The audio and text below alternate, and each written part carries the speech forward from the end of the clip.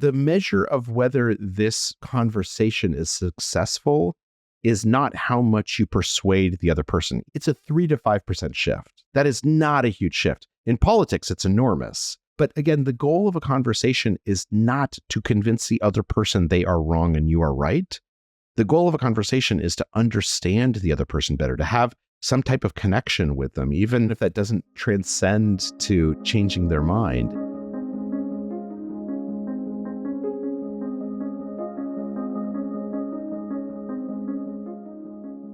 What could go right? I'm Zachary Carabell, the founder of the Progress Network, joined as always by my co-host, Emma Varvaloucas, the executive director of the Progress Network. And What Could Go Right is our weekly podcast where we look at what could go right. We look at what's going on in the world that is leading to a more constructive present and presumptively and presumably a better future in a world where we spend a lot of time looking at all the things that are going wrong in the present and what could lead to a less constructive future. And one of the things that we have touched upon over our seasons of this show is political polarization and the degree to which people are sailing past one another in arguments of heat and passion, but really not listening or capable of listening or willing to listen or able to ask questions of people for whom they may disagree strongly or whose views they may find antithetical. And we're going to look today to someone who's written a book about the ability of certain people to communicate more effectively than many others, and that there are tools that we can all integrate to communicate more effectively, to be heard and to hear, to speak and to listen, to have actual conversations where both parties or a group come away from that conversation feeling a greater sense of connection or a greater sense of understanding. So Emma, who are we going to talk to today? So today we're going to talk to Charles Duhigg. He is a Pulitzer Prize-winning reporter. Actually, he's won a ton of prizes, but that's the most well-known one. He is the author of 2 previous books that you may have heard of because they were massive bestsellers, The Power of Habit and Smarter, Faster, Better. And he currently writes for The New Yorker magazine. But today we're going to talk to him about his new book, which is called Supercommunicators. So hopefully all 3 of us are going to be super communicating for the next 45 minutes. Right, Zachary? Absolutely. Let's do it. Charles Duhigg, it is a pleasure to have you on What Could Go Right. And given that you may not know the general warp and woof and arc of what we do, it's an attempt to have conversations from a perspective of how can we make things better? How are we making things better? How is the world that we are in the continual process of shaping and writing in various and sundry micro and macro ways going to be the future that we want it to be rather than the future that we fear it's going to be? And that doesn't mean that we don't address difficult things or hard things. It's just the sensibility of how we address difficult things and hard things, rather than from a perspective of like, trying to do it from a little more of a take a deep breath and let's think through these things. It's funny, with your new book about supercommunicators, there's a degree of trepidation as someone conducting the interview that everything I'm going to say now is essentially going to be graded. No, not at all. At the end of this, I'm going to be like, I'm either going to pass as a supercomputer or I'm going to get a little note to self saying, oh. I mean, it's interesting because one of the things that we know about supercommunicators is that, and actually one of the things we know about humans in general is that if 2 people have a conversation, or 3 or 4 or 5 have a conversation, and you ask them afterwards, tell me what you talked about, people will have real trouble remembering the precise content of the conversation, right? If you ask them, tell me how you felt during that conversation, they can track the emotional ups and downs very, very closely. And I think this gets to something kind of deeper, which is to say the best conversationalists and the best conversations are not as such because we're so eloquent or because we say everything exactly right or because we do such a good job at explaining our own thoughts. It's more because we create a sense of connection with the other person. And it's that connection that we remember much, much more than any particular witty line that anyone says. So I'm sure you're going to do just great. Oh, thank you. Vote of confidence for you, Zachary. A big weight off of my shoulders. You have to tell us now, of course, the techniques for forging that connection? I feel like it's one of those things that probably comes naturally to a certain percentage of people. No, and maybe it's one of those actually. things like, no, okay, I guess I was thinking about it like walking or breathing. Like when you start thinking about it too much, like maybe it becomes unnatural, but I guess that's not true. I guess it's more of a learned skill. So It's actually very much the opposite. So it might be helpful just to sort of describe what a supercommunicator is. And in fact, I can ask you guys a question that will sort of illustrate it, which is if you guys were having a bad day and you wanted to call someone who you just know would make you feel better, somebody who would kind of lift your spirits, does the person you would call, do they pop into your mind? Maybe. I think It's been a while since I've felt the particular need to call and vent, but I mean, I think that's also a life cycle thing. Not saying that it is a life cycle thing. I think for me, it is a life cycle thing. When I was a child, when I was younger, I would have done that more. Anyway. Zachary, are you telling us you don't have bad days? That can't be true. No, I've got plenty of bad days. I'm just not likely to vent about my bad days. Okay. Let me ask the question this way. Do you have friends you call that you like talking to who make you feel Yeah. good? Well, yeah, that Charles, okay. I can think of someone in particular for sure Yeah. that anytime you have a conversation with her, you come out feeling like your cup has been filled. Yeah. And what's that person's name? Jasmine Jasmine. or Jazzy. We call her Jazzy. Jazzy. Yeah. So what does Jazzy do? Like when you call Jazzy, what does she do that makes you feel good? I would say that she's a very good listener and she always shows that she heard what you said and then asks more questions about it and tries to like get at where you're coming from. Yeah. Yeah. She sort of proves to you that she's been hearing you, that she has follow-up questions. And for you, Jazzy is probably a super communicator, and you're probably a super communicator right back, right? You're probably someone that when she calls, she feels great talking to you. She feels a sense of connection. Now, there are some people, all of us are super communicators at one point or another, right? All of us, sometimes we walk into that meeting and we know exactly what to say to win everyone over, or a friend calls and we know exactly what to tell them to make them feel better. Some people, though, can do this more consistently. Some people can do this with almost anyone. And these are the folks that we think of as consistent supercommunicators. And when I started researching for the book Supercommunicators, I assumed, much like you, that these were people who were born with something special, right? They were born with high charisma, or they were extroverts. But what the data tells us is exactly the opposite, that basically there's a normal distribution of folks like this from all walks of life, that some of them are charismatic, but some of them are curmudgeonly. Some of them are extroverts, but some of them are introverts. And the reason why is because it's just a set of learned skills. It's a set of tools that, much like learning to read or learning to cook, that when we learn those skills and they become habits, and our brain is designed to make them into habits very quickly, that it helps us communicate with other folks. And that, contrary to what you had mentioned before, one of the things that supercommunicators do really well is they think just a half an inch deeper about conversations, right? Instead of just going on autopilot, they think to themselves, like, what is this person really saying to me, right? What are they really asking for? Oftentimes, if you ask supercommunicators, like, where you always go to communication, they'll tell you, no, that when they were in high school, they had trouble making friends. And so they really had to study how kids talk to each other, or their parents were divorced. And so they had to be the peacemaker between them. And so one of the things that's important is that when we train ourselves to think a little bit more about the conversations we're having, those conversations tend to get much, much better. Yeah, I think that tracks. I think Jazzy used to get into fights in high school. That's all I was going to say. And if she ever listens to me, I'm Jazzy. I'm so sorry. Don't kill me for saying that on a podcast. Go ahead, Zachary. Sorry. I just wanted to step back from it and ask you how you went from book to book to book, right? So you went from the power of habit to the power of productivity to the power of communication. And I'm just wondering what your process was of going from thing to thing in this particular sequence. Not that you knew what you were necessarily going to write when you wrote the first one. I mean, maybe you had it all charted out, but I would think it's more likely you went on to other things more serendipitously. But I'm just curious, do you find a through line here? Is there a series of questions you've had for a long time? Usually I write these books in response to an issue that I'm having, right? I wrote The Power of Habit in large part because I was very successful professionally.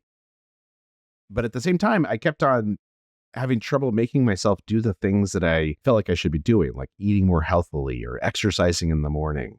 And I was thinking to myself, if I'm so smart, like, why is it so hard for me to get myself to go running in the morning? And so I really wanted to understand the neurology of habits. And so I started calling experts and asking them about it. And very similarly with communication and supercommunicators, one of the things that happened is that I fell into this bad pattern with my wife, which is that, and we've been married for 20 years very happily. I would come home from work after a long day and I would start complaining to her about my day. And she would very reasonably respond with some practical advice, like, why don't you take your boss out to lunch and you guys can get to know each other a little bit better. And instead of being able to hear what she was saying, I would get even more worked up and be like, why aren't you supporting me? You're supposed to be outraged on my behalf. And then she would get upset because I was attacking her for giving me good advice. And so I went to researchers and sort of asked them, like, what is going on here? Like, this is someone who I want to connect with. And yet sometimes we find these times when it's very hard for us to do so. What am I doing wrong? And they said, well, actually, it's kind of interesting because we're living through this golden age of understanding the science of communication, in large part because of advances in neural imaging and data collection. We can see what's happening inside people's brains as they're having conversations for kind of the first time. And they said, one of the things that we've learned is that we tend to think of a discussion as being about one thing, right? We're like talking about my day, or when you call Jazzy, you're talking about a coworker. But actually, every discussion is made up of different kinds of conversations. And they tend to fall into one of three big buckets. There's practical conversations, which is about making plans or solving problems. There's emotional discussions where I might tell you how I feel, and I don't want you to solve my feelings. I want you to empathize. And then finally, there's social conversations about how we relate to each other in society and the social identities that are important to us. And what they said is, all three of those conversations are legitimate, and all three will actually happen in any given discussion. But if you're not having the same kind of conversation at the same moment, you're unlikely to hear each other. And so when I was coming home and I was complaining about my day, I was having an emotional conversation, and my wife was responding with a practical conversation. And as a result, we had trouble connecting. And so it was really out of my own desire to figure out how to solve this problem that I found the topic that brought me to Supercommunicators. So, of course, we have to ask now if that's still happening with you and your wife. But I mean, the more important sort of question to that is, how does one fix that? Meaning, how do you know that somebody is in an emotional state and you're in, a practical one? And do you switch or do they switch? Or how does that work?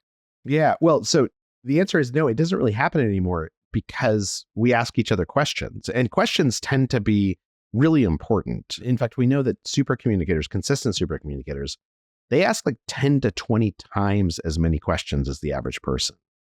And so now when I come home and I'm complaining to my wife, she'll often say do you want me to help you figure out a solution for this? Or do you just need to vent and get this off your chest? Which of course, is actually kind of nice to be asked because oftentimes I hadn't thought about it until that moment. But sometimes it's hard to ask that, right? Sometimes you're in a workplace or you're saying is this a practical conversation or is this an emotional conversation is tough. And so oftentimes in those moments, one of the best things that we can do is to ask us a certain kind of question, which is known within psychology as a deep question. And a deep question asks someone about their values or their beliefs or their experiences, which can sound a little bit intimidating, but it's actually as easy as you bump into someone and you say, what do you do for a living? And they say, oh, I'm a doctor. Say you could ask oh, where do you practice medicine? But a deep question would be to say, oh, what made you decide to become a doctor? Do you like being a doctor? What's your favorite thing about it? When you ask questions like that, what you're doing is you're inviting someone to tell you what they're actually thinking about, how they find meaning in this particular moment. And when they do so, they inevitably tell you what kind of frame of mind they're in. The same person might answer that question by saying, oh, I became a doctor because I really wanted steady work and I knew that there was always going to be demand for doctors. So that's a person who's in a kind of practical mindset. Or that same person in a different day might say, oh, I became a doctor because I saw an uncle get sick and I was so impressed by how they took care of him and I wanted to be a healer myself. That person is much more in an emotional mindset. And so once we train ourselves to look for these little clues that tell us where the other person is coming from, that's when we are able to connect with them and have the same kind of conversation. What do you do about the challenge of connecting to someone whose views or ideas you find either distasteful, abhorrent, or problematic? I mean, look, we've talked about this a lot in the show about political communication, and there's a whole set of people who have, understandably, in a highly polarized culture, tried to find ways to help people who are otherwise feel antithetically opposed to one another to hear each other, to communicate. Even then, however, it is not always true that getting to know someone who you think you oppose makes you less likely to do so. Sometimes it makes you more likely to do so. So I'm just wondering about the challenges of, if you really ask enough questions and learn about where someone is coming from, that may not lead to more connection. It actually could, in theory, lead to less. It's very unlikely that that happens. Well, first of all, let me ask you. So you and Emma, I assume, talk on a regular basis. Is that fair? We do. Okay. And Yes. do you guys agree 100% on everything? No, but if we had initially clearly disagreed profoundly on a few things, it's unlikely that this particular professional relationship would have evolved in the first place. Yeah. Yeah. And conversations don't mean that you become podcast co-hosts with someone or that you become best friends. But the goal of a conversation is not necessarily to even find common ground. It's not to convince the other person that you're right and they're wrong. It's not to get them to like you or be impressed by you or think you're smart. The goal of a conversation is, at its most basic level, to speak in such a manner that I can understand you. I can understand how you see the world. And I'm speaking in a way that you can understand how I see the world. And that might not mean that we agree with each other. It might not mean that we like each other. But the conversation is a success if I understand you and you understand me. And what we know is that if you genuinely understand how I see the world differently from you do, and you feel like I genuinely understand that about you, then we will feel a sense of connection. And it's almost inevitable that we will find areas where we are aligned. And we might walk away saying, that guy's an idiot, I never want to hang out with him again. But that conversation is a success. And I would argue, actually, that the same way that you and Emma, that there are things that you disagree with that probably are not foundational to your relationship, that many of the things that we do disagree with other people about, including politics or social identity, that oftentimes they are very small compared to all of the other things that we might want to discuss. And that if your intention is to connect with someone, and you don't have to connect with everyone, you can say, like, I don't want to connect with anyone who's going to vote differently than I do. But if your intention is to connect with the people around you, your neighbors, or the people you see every day, or a family member who might disagree with you politically, there are skills and there are tools to do so that don't require you to agree with them, and also doesn't require them to agree with you, but rather simply to understand each other a little bit better. Yeah, I think this is the same reason the depolarization organization Braver Angels, when they host their debates between Reds and Blues, they always start with, you have to tell a personal story first. Yeah. Because that gives you that bridge. Charles, this is reminding me of the chapter in your book with the doctors and people who are hesitant to take vaccines. I'm wondering if you could tell some of those stories, because I think that's going to speak to Zachary's question. Yeah. And this is what we know about the single best way to help people see different perspectives. There was a series of experiments that were done trying to understand how to move people on the political spectrum from being against gay marriage to for gay marriage. And they found the same thing that the doctors you mentioned that we talk about in the book, about trying to help anti-vaxxers, trying to encourage them to at least think about vaccination. When the pandemic first started and we first got the vaccines, the National Institutes of Health, their recommendations were that if you have someone who comes into your office and you're a physician who's anti-vax, what you should do is just give them the facts. Like, if you can tell them what the science says, then they're going to change their mind. They're going to see the wisdom of getting a vaccine.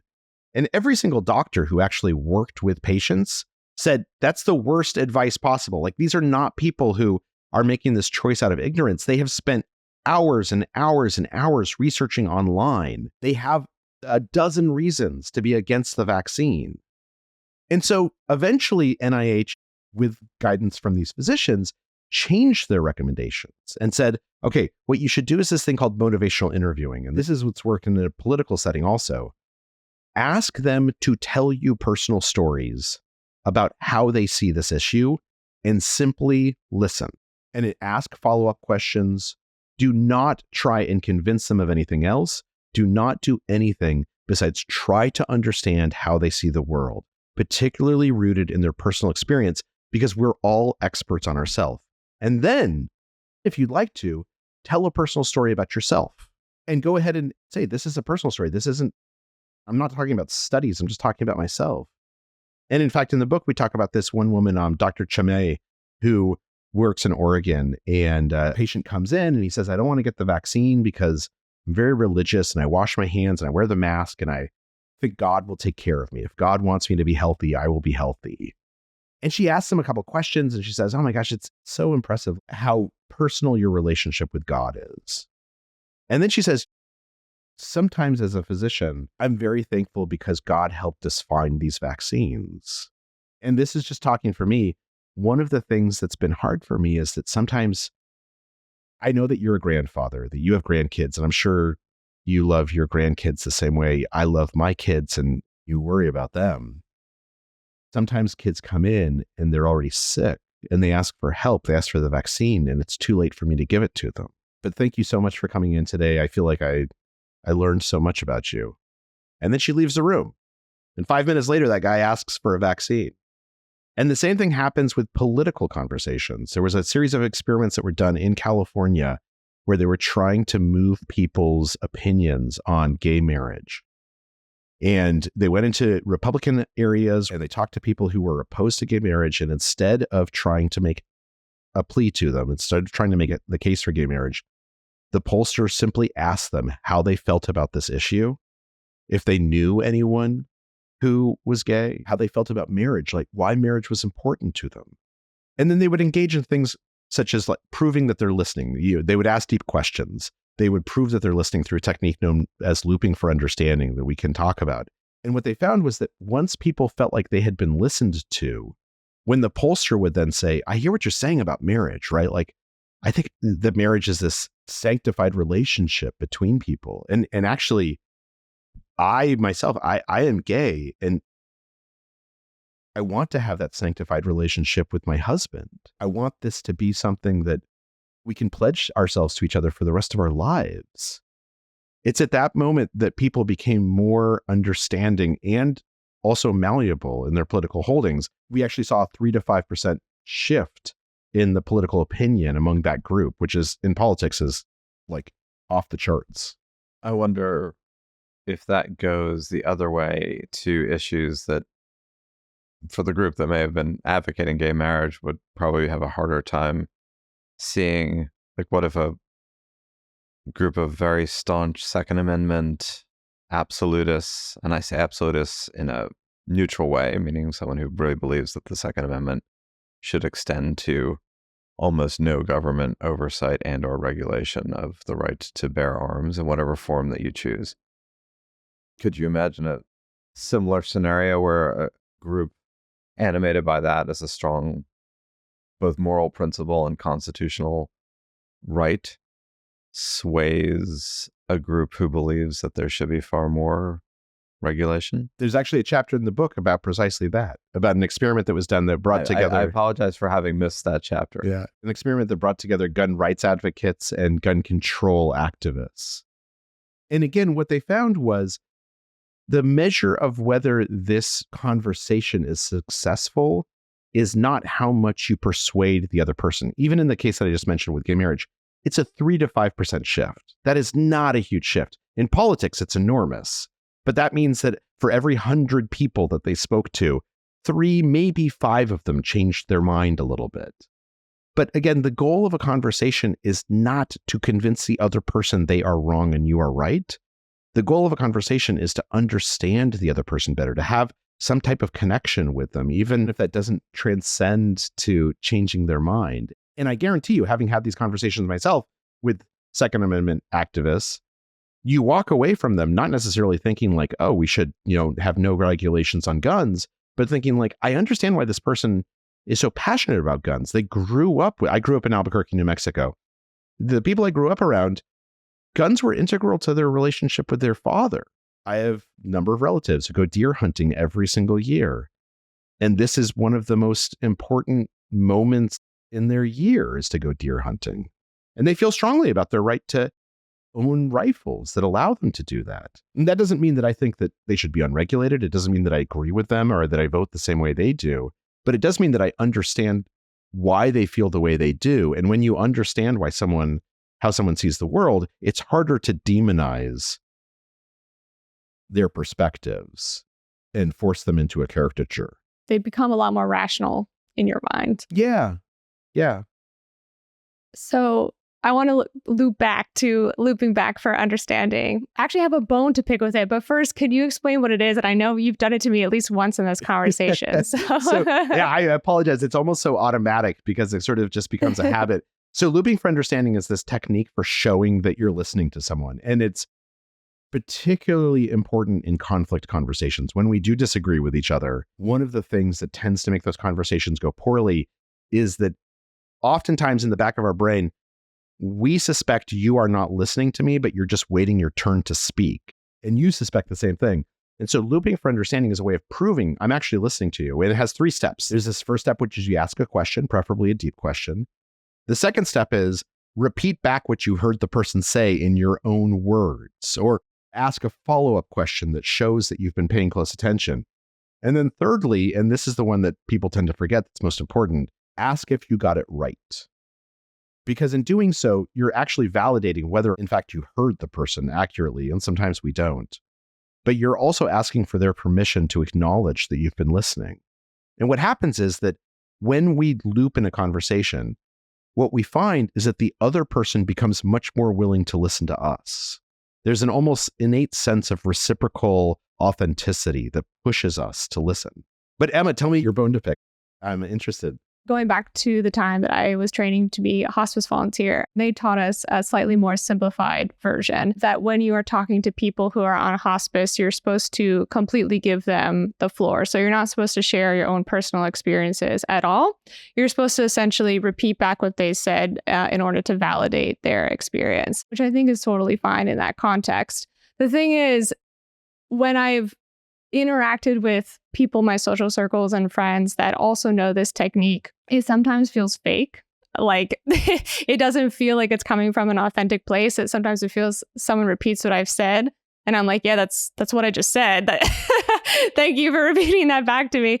So am I just a curmudgeon, or is there a way to do this to make it feel more genuine, I guess? Yeah. So I think it's a great... Actually, before you answer that, Charles, quick question. So is looping the same as mirroring? Because I've heard it described as mirroring, when you... It's not. And that gets to answering Emma's question. Having talked to folks who work in hospice situations, that's a very, very specific relationship, right? Where you're not actually necessarily trying to form a reciprocal relationship.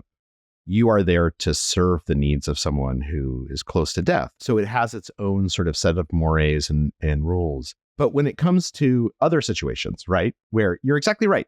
Oftentimes, if someone does this poorly, it can feel artificial. And the reason why is oftentimes they are literally mimicking what we say. We're like, oh, I loved Aruba. And they say, what I hear you saying is that you loved Aruba, right? Yeah. They're not showing you that they're listening to you. They're showing you that they managed to hold the last couple of words in their short-term buffer memory. The difference with looping for understanding and mirroring or mimicking is actually saying to someone, what I hear you saying is you like to go to places in the Caribbean, but you don't like all of the Caribbean because there's this thing that Aruba has that seemed really special to you, right? That's why when we repeat back sort of what someone told us, we have to do it in our own words. We have to show them that we've processed it. And the goal here is not simply to mimic. In fact, when we match other people's conversations, when someone's obviously an emotional mindset and we want to match them, right? Or we want to invite them to match us, there is a difference between matching and mimicry. And the matching has to be authentic. So if you're listening to someone and they're describing something and you're processing it authentically, then what you ought to say is what occurs to you, which is what I hear you saying is this, and that made me think of this other thing. And I'm wondering, how do you think about that? Am I getting right what you're telling me? That feels like someone's listening to you. Just repeating back what they said almost never does. And it indicates you're probably not actually listening. It's become, through COVID, through just the rise of social media platforms, the way so many young people communicate. That's okay, but it also has meant people have lost the art of being able to communicate in person. And I'm still a believer, maybe it's old school, that's where some of the best conversations happen. So how does this work? A lot of what we've been talking about is a one-on-one communication dynamic, which is very different. And you alluded at the beginning to people who are very effective in meetings or very charismatic. And you talk about that a lot in the book too. So how is it different when it's a series of people and you're obviously not interacting one-on-one with each one of them? I mean, if it's a meeting of 12 people, you're not going to go around and kind of individually, because then it's not a meeting. It's a series of 12 one-on-one conversations, which would be very bad for a meeting. So how does that work? Like, how does one communicate with a group? It's the same basic principles. So what we know is that conversations with groups are basically the same as conversations with individuals, although there's oftentimes a higher cognitive load because there's just a little bit more to pay attention to. When you're having a one-on-one conversation, one of the things that you're doing is you're creating a sense of psychological safety. And when it comes to groups and teams, that psychological safety becomes even more important, right? Because it's so easy to disrupt psychological safety when you are talking to a group because you can't be aware of everyone's reactions in a particular moment. And so there's a couple of things that we can do to create psychological safety within teams. And some work by Amy Edmondson, she's at Harvard Business School now, has been particularly insightful in this respect. And there's two things in particular that we know are important. The first is something called equality and conversational turn-taking. And so to your point, Zach, if we are in a meeting of 12 people, it actually should be a little bit where everyone gets to have a one-on-one with everyone else, right? If someone's not talking, we should draw them into the conversation as the team leader and say something like, hey, Jim, I noticed you haven't said anything in a little while. I'm wondering, what are you thinking about this? And then the other thing that we know creates psychological safety in team settings is what's known as ostentatious listening, which is exactly what I just described with looping for understanding. When you think about it, what you're doing with looping for understanding is you're proving that you're listening. And so in teams where the team leader says things like, what I hear you saying is, other people begin to mimic that same behavior.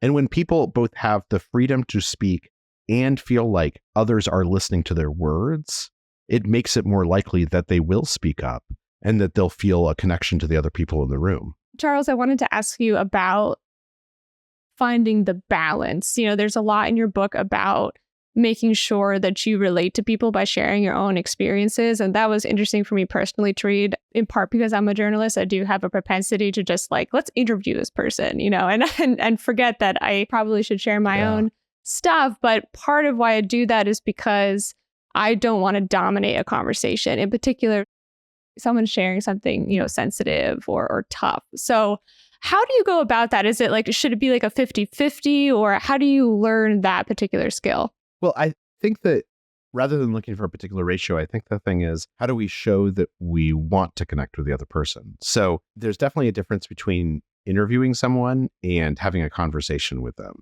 And the hallmark of a conversation is that there is this back and forth, that we're reciprocating interest and we're reciprocating vulnerability and authenticity. And so if you're just asking questions, you're really not offering anything of yourself. And it feels very one-sided to the person who's being interrogated. On the other hand, you're exactly right. There's times when someone says something like, my aunt recently passed away. And the worst thing to say is, oh, I totally understand what you're going through. You know, my pet died 7 years ago and it was really heartbreaking. That doesn't feel like you're actually listening. That feels like you're trying to steal the spotlight for yourself. And so one of the things that's really important is to recognize that oftentimes we share things about ourselves. We engage in reciprocal vulnerability through showing our concern or asking a follow-up question. And so if someone says, oh, I recently had a death in my family, simply saying, oh, I'm so sorry. I know how hard that is. I've been through that myself. Tell me what's going on. Like, tell me about it. That is a way of sharing something of yourself without trying to steal that spotlight and dominate the conversation. And so I would say in many ways, if somebody is sharing something about themselves where it feels authentically like your experience adds to and contributes to the conversation, and it offers you an opportunity for connection as opposed to an opportunity for battling over control, then I think that's a very valuable thing to share. What do you do about the trust question, which is in many walks of life, and unfortunately at times interpersonally, but more likely when you're in a business context or a political context, where there can be in the moment a human tendency to actually want to connect, or at least have the verisimilitude of seeming to connect. The joke is always in Hollywood, you'll go into a meeting and everybody is like, oh my God, I love it. That's great. I hear you doing this. I'm so supportive. And then you walk away and you realize it was simply the desire in the moment to be seen that way, but it didn't actually augur any agreement or any yes. And we see that in meetings too, where someone will come in, that's a wonderful idea. It's great. I hear that. I can totally see it. And then you hear later on that that person completely torpedoed what you had said, or any variant thereof. And it happens all the time in politics. And people have like a great dinner, and the next day they're just, condemning each other in public. How does that navigate or toggle with that moment can seem connective, but then people go their particular ways, and it's almost can feel through a looking glass? Well, I don't know how connective that moment really is. If someone's being inauthentic with you and is lying to you, if you bring them something that is part of your creative output and they say, "This is amazing, I love it," and you know that they don't think it's amazing, that doesn't seem like something that would actually be a real connection, as opposed to someone saying, I really liked this aspect of it, and this other aspect didn't work quite as much for me, but I'd love to talk through with you what you were thinking about and understand a little bit more about what you were trying to accomplish here. You mentioned politics, and I write for the New Yorker, and I write occasionally about politics. I will say, when I talk to politicians, it's not, what they don't talk about is they don't talk about how we have authentic private conversations and then we stab each other in the back. What they actually talk about is they talk about the fact that achieving that private, authentic conversation oftentimes makes it much easier for them to connect with each other publicly. And I think we see that in the Senate all the time. In fact, we've seen it recently on some legislation that's been passed. And so if you go into a conversation and you're dishonest about yourself, you're not being genuinely authentic, then it's not surprising that the other person's probably not going to feel much trust towards you. But if you are genuinely authentic and you try and connect with the other person and you show them you're trying to connect with them, oftentimes what happens is, even if you do have a difference of opinion, I don't like Act 2. Tell me what you were doing in Act 2 because I'd love to see this succeed. You feel a genuine connection with that person, and a connection that transcends just the one meeting that you're having. So, Charles, I would actually love to hear, out of all of the tools and techniques that you collected by virtue of writing the book, and especially since you said that you wrote the book because you wanted to improve this in your life, is there one that you struggle with the most, that you were just like, I just can't get the hang of doing this? No, I wouldn't say that there's one in particular. I think that in general, what we know about supercommunicators, consistent supercommunicators, is that all of the tools and the skills at their disposal that they practice, that they make into habits that feel very natural, they all serve the same goal. And that goal is to basically let the other person know, I want to connect with you. Right? Communication is human superpower. It's Homo sapiens superpower. It's the reason our species has been so successful, is that we have the ability to not only use communication to form families and then villages and towns and then nations, but also because it means that I can take knowledge and I can transfer it to someone else without them having to experience the same things that gave me that knowledge. And so this communication is so important. We've evolved to be very good at communication. We've evolved so that our brains can take these tools and these skills and make them into habits very easily.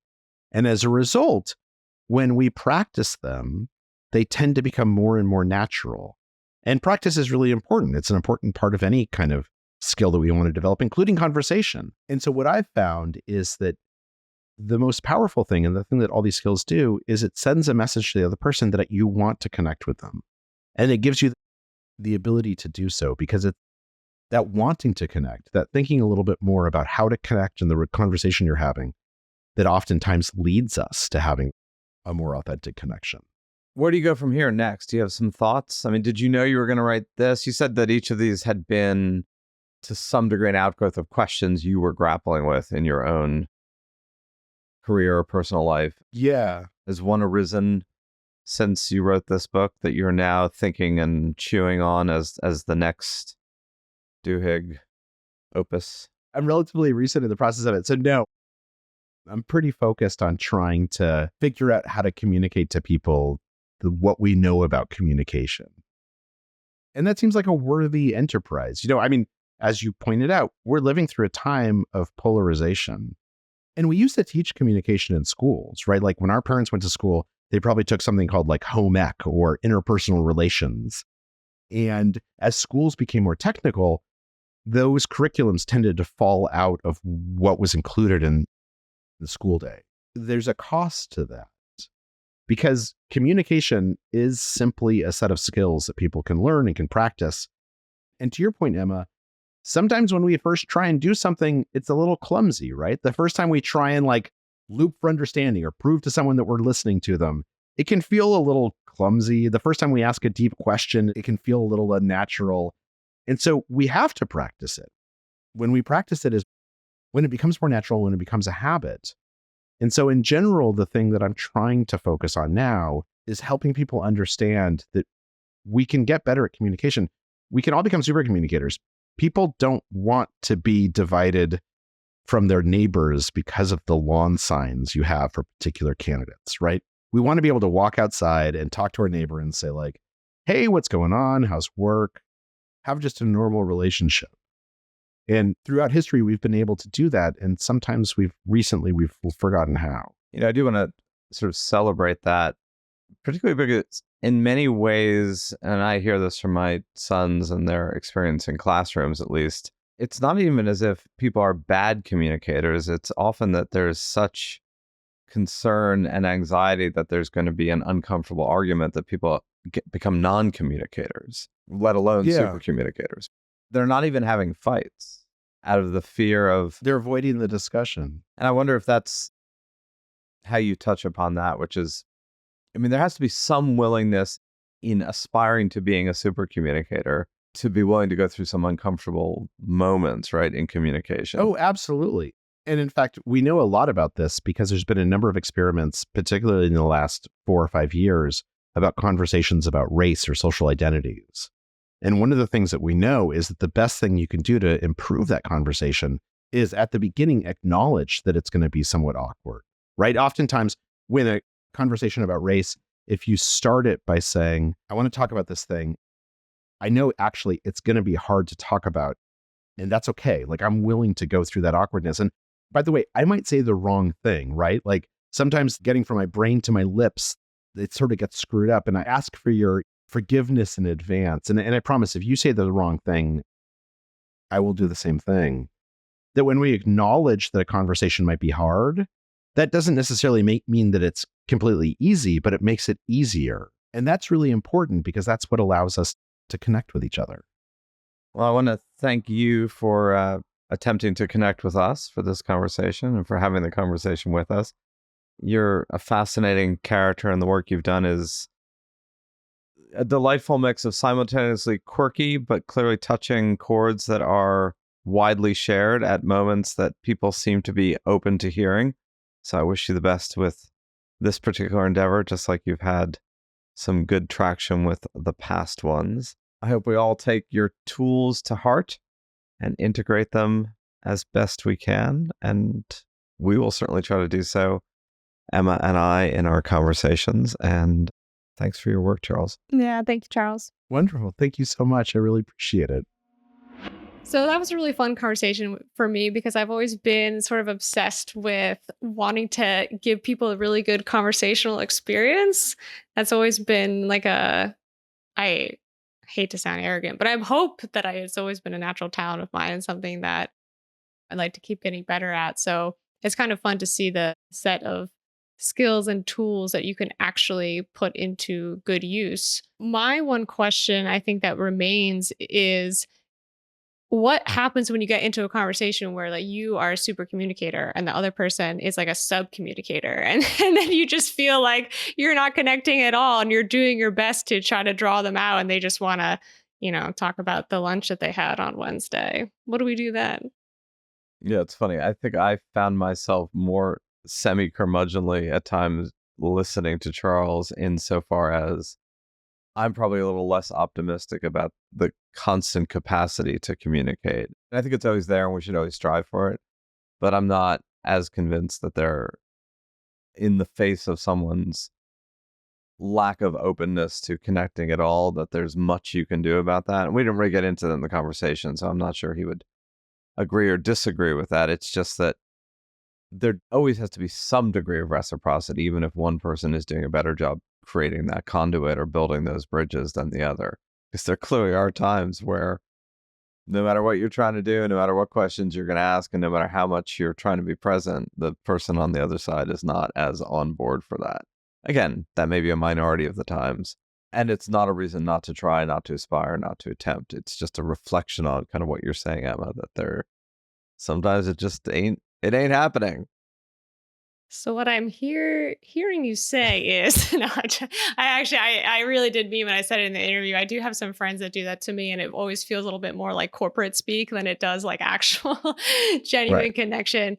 But I'm thinking about some of the examples that Charles writes about in his book. Like what comes to mind is this one chapter in Charles's book where he's talking about a jury, and there's a super communicator on the jury that ends up leading them in one direction for a unanimous vote when they didn't think that they were going to go in that direction at all. And the point was less so of reciprocity. Like it's not like there was an even amount of communication on both sides. It's just that it got them into a direction where they wanted to go, which I would say is a superpower. I think I would also wonder if that's a form of manipulation and that whether all of these tools and techniques can be used for nefarious as well as positive ends. That's definitely something to be mindful of. Like the Pied Piper presumably was a super communicator, maybe with his flute, but maybe with his dulcet words. A hypnotist is, I guess, a form of super communicator.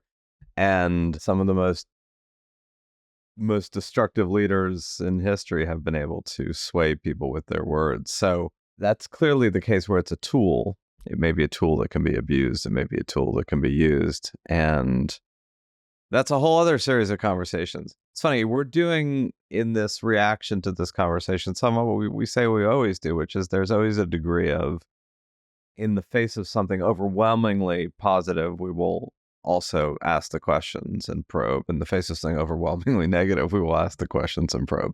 So, I do think it's important to kind of hold things up to critical scrutiny with an open heart to be swayed.